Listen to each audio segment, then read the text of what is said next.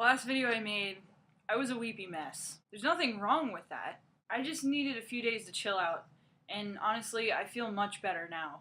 I wanted to use my last video as an opportunity to talk about grief and stress and how we feel about death in general. I've realized over the past few days that I haven't had a day off in 3 weeks. This is actually my first day off in 3 weeks. So you know what's really important to your mental health? Taking a day off. Did you hear what I said? Take a day off! Don't work yourself so much that all you're thinking about is what you're working on. Everyone needs a day to unwind, not think about anything, watch some trashy television, read a trashy novel, sleep in until 1 o'clock in the afternoon. That's completely healthy. Just remember to take time for yourself. It doesn't even have to be a whole day. Just set aside some time, maybe every day at a certain time of the day, 8 o'clock, time to do yoga for an hour. Just something to make yourself feel better. Another really important thing to do is to find some hobbies. Some hobbies that are hopefully unrelated to what is stressing you out. Some of the things I decided to do, I took up cross-stitching, which I can do sitting in front of the television. I joined a gym because it gets me out of the house and because physical exercise does up your serotonin, which makes you feel better. I've changed around my diet. I eat a lot healthier. I drink a lot more water because greasy food, it makes you feel like crap. I mean, every once in a while it's awesome, but if you're eating it every day, it really starts to wear on your system and it doesn't help your stress level. Now that the weather's getting nice, I'm really looking forward to going to Red River Gorge in central Kentucky. That is probably my main thing that I really look forward to as a stress relief in the nice weather. In the winter sometimes too. It's just a nice getaway. It's a 2-hour drive and I get to be outside for a whole day, if not more, if I decide to go camping. And just being in nature and being away from the highway. Because, yeah, this is the view outside of my bedroom window. I also posed the same question on Twitter and asked people what they do to help themselves de-stress. I got some pretty creative answers. Pink Snoochie says that there's a book called Wreck This Journal, and she says it's creative destruction.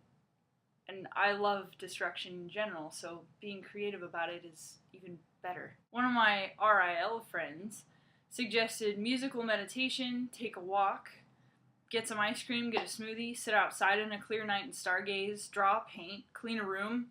Actually, cleaning does help me de-stress. Relax with a good friend, sip tea. Latham Way, of course, suggested bean flicking. I imagine that's probably what he does most of the time. It's a wonder that he's so stressed out, actually. Jetnetza ACAB suggested Harry Potter Minecraft. I don't even know what the hell that is, but that sounds fucking amazing. Anyway, you know what helps you de-stress. So don't worry about anybody else. Give yourself some time and just go do it. Another thing I want to talk about is grieving. Grieving, especially in the American culture, is kind of frowned upon. People kind of expect you to be done with your grief in a set amount of time. Like, well, your dad died, 3 months ago. Don't you think you should kind of get over it? Everybody has their own timeline for grieving. I think we've all kind of been in that position where we've had a bit of premature grieving, which is what I was going through last week, where you just think about someone dying, even if they're not even close to death. It could be your parents or a friend or your children maybe, and it's just something that kind of passes through your mind, and then you settle on it for a second and you think about it, and then you start to grieve for that person. It's not unnatural or unhealthy to do something like that. It's actually better for us because it helps us prepare for that moment when it is going to happen. The only time grief is really a problem is if you feel like it's getting in the way of your life, if it's stopping you from completing something that you want to do. That's when you have to use your de-stressing techniques to try and get back to that place where maybe you're still grieving, but you're able to work past it, at least long enough to do what you want to do. Really important asset to have for both grieving and stress in general is to just have a friend, even if it's just one person, a spouse, significant other, a friend, a parent. It doesn't matter. Just someone that you can come to, that you trust, that you can talk to and feel like you can, tell them anything and that they'll always be there for you and they're not going to force you to feel one way or another. Going into the line of work that I plan on going into, I'm going to have a lot of stress and maybe even a lot of grief. And my fiance knows that I'm going to have to take that home sometimes and just talk about it. Grieving and stress are both really shitty things to have to go through, but it's important to really remember that they're both inevitable.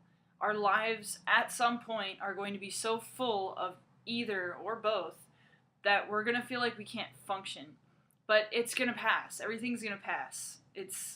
Time is the best healer. So last week when I was going through what I was going through, what really helped me get through that was to just remember that it's inevitable, and there's absolutely nothing that I can do to change that fact. Really, the most important thing for me to do is to enjoy the time that I have with the people who are with me now. And to be honest, ever since I started going to the Mortuary Science College, I have found a brand new appreciation for all of my relatives and my friends and my time here on Earth too. I even feel more comfortable talking to my family and friends about how much I appreciate them. I was kind of raised in a family where we're not really lovey-dovey or touchy-feely, and we don't really talk to each other too much about, what we appreciate about each other. And going into this line of work, I realized that that is something really important to me, because I want my friends and my family and everyone that I love to know that I love them and I'm glad that they're here with me. It's actually a really good feeling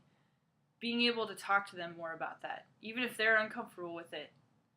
It's still something that's really important to me. And thinking about my time that I have here on Earth, it's so incredibly short. I'm going to be 25 in 2 days.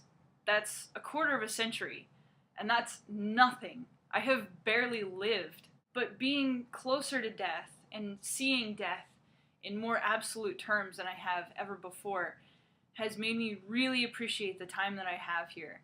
Especially since once you die, there's nothing. Some people believe that there's an afterlife, but come on, the chances of there actually being an afterlife are slim to none. And I'm gonna live exactly like that. I've been really appreciating living in the moment recently and just being where I am at the time that I am. It's a actually really good feeling. So that's where I am right now. I feel a lot better, and I hope that this video has helped somebody. Maybe? I don't know. If nothing else, it's giving you a little window into my life. Also, I mentioned Twitter earlier. If you're not following me on Twitter already, you should, because all I do is post pictures of my cats. I'll post a link to my Twitter account in the bar below if you're interested.